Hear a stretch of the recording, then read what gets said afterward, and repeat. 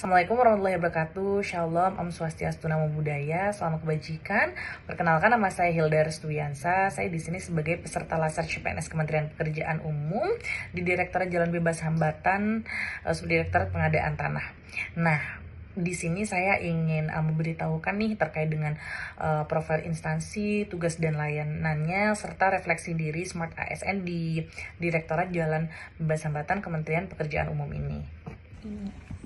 Nah, yang pertama itu terkait dengan profil unit kerja, terutama di Direktorat Jalan Bebas Hambatan. Apa sih tugas dan fungsi Direktorat Jalan Bebas Hambatan? Tugas dan fungsinya itu yaitu melaksanakan perumusan, pembinaan, penerapan standar, pengendalian, dan evaluasi teknis di bidang jalan bebas hambatan atau jalan tol.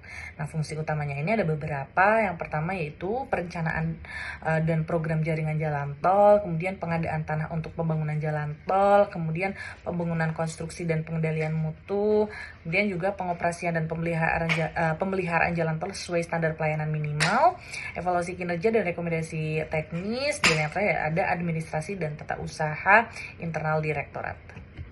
Nah, kemudian terkait struktur organisasinya di Jalan Bebas Hambatan ini, yaitu ada beberapa subdirektorat, yaitu ada Subdirektorat Perencanaan Teknis Jalan Bebas Hambatan, kemudian ada Subdirektorat Pengadaan Tanah Jalan Bebas Hambatan, di mana pengadaan tanah ini tempat unit kerja saya.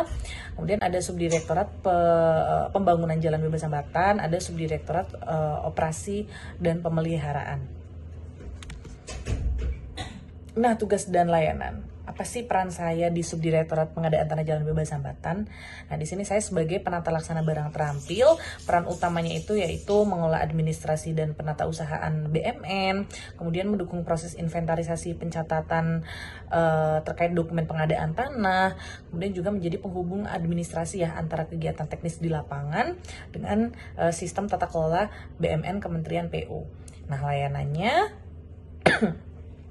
yaitu di sini ada layanan administrasi data tanah, ada layanan informasi BMN, kemudian juga ada layanan dukungan teknis. Kemudian standar layanan yang harus dicapai. Apa sih standar layanannya yang harus dicapai? Itu ada beberapa, yaitu memastikan akurasi data, ketepatan waktu, kepatuhan regulasi, dan juga transparansi dan akuntabilitas terkait dengan data. Seperti itu. Nah, kemudian kontribusi pada tujuan besar instansi. Nah, yang pertama ini yaitu mendukung kelancaran pengadaan tanah tentunya agar transparan dan akuntabel, kemudian juga menjaga tertib administrasi BMN ya agar aset negara ini terkelola dengan baik, kemudian berkontribusi besar pada Dirjen Bina Marga ya, terutama menghadirkan infrastruktur jalan tol yang berkualitas, lancar, aman, serta mendukung pertumbuhan ekonomi nasional. Kemudian terkait dengan refleksi diri, saya di sini berusaha untuk menerapkan nilai-nilai berakhlak dan Smart ASN di pekerjaan saya sehari-hari. Yang pertama terkait berorientasi pelayanan. Saya berusaha memberikan layanan administrasi tanah yang akurat dan juga tepat waktu.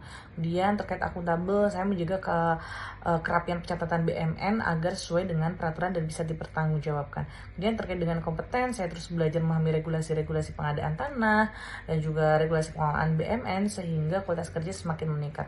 Nah, terkait dengan nilai harmonis dan kolaboratif, saya berusaha menjaga komunikasi dengan rekan kerja, kemudian masyarakat yang terdampak pengadaan lahan, dan juga komunikasi dengan instansi-instansi terkait yang lain. Kemudian adaptif, saya mulai menyesuaikan diri dengan penggunaan sistem digital untuk pengelolaan dokumen. Kemudian terkait nilai loyal, saya menempatkan kepentingan instansi di atas kepentingan pribadi saya, serta mendukung penuh tujuan besar pembangunan infrastruktur nasional.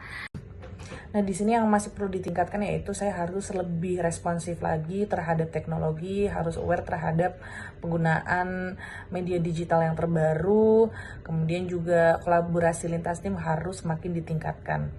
Kemudian hal sederhana untuk meningkatkan layanan di unit kerja saya yaitu lebih rajin ya untuk berbagi informasi regulasi terbaru ya terkait pengadaan tanah tentunya kepada tim kerja, kemudian membiasakan pencatatan harian singkat atau logbook supaya riwayat pekerjaan mudah ditelusuri dan membiasakan update dan berbagi informasi terkait data tanah, terkait pengadaan tanah secara rutin ke tim agar tidak terjadi miskomunikasi.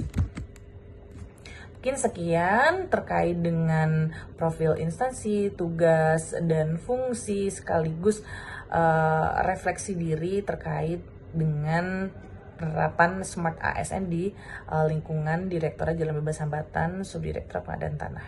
Terima kasih.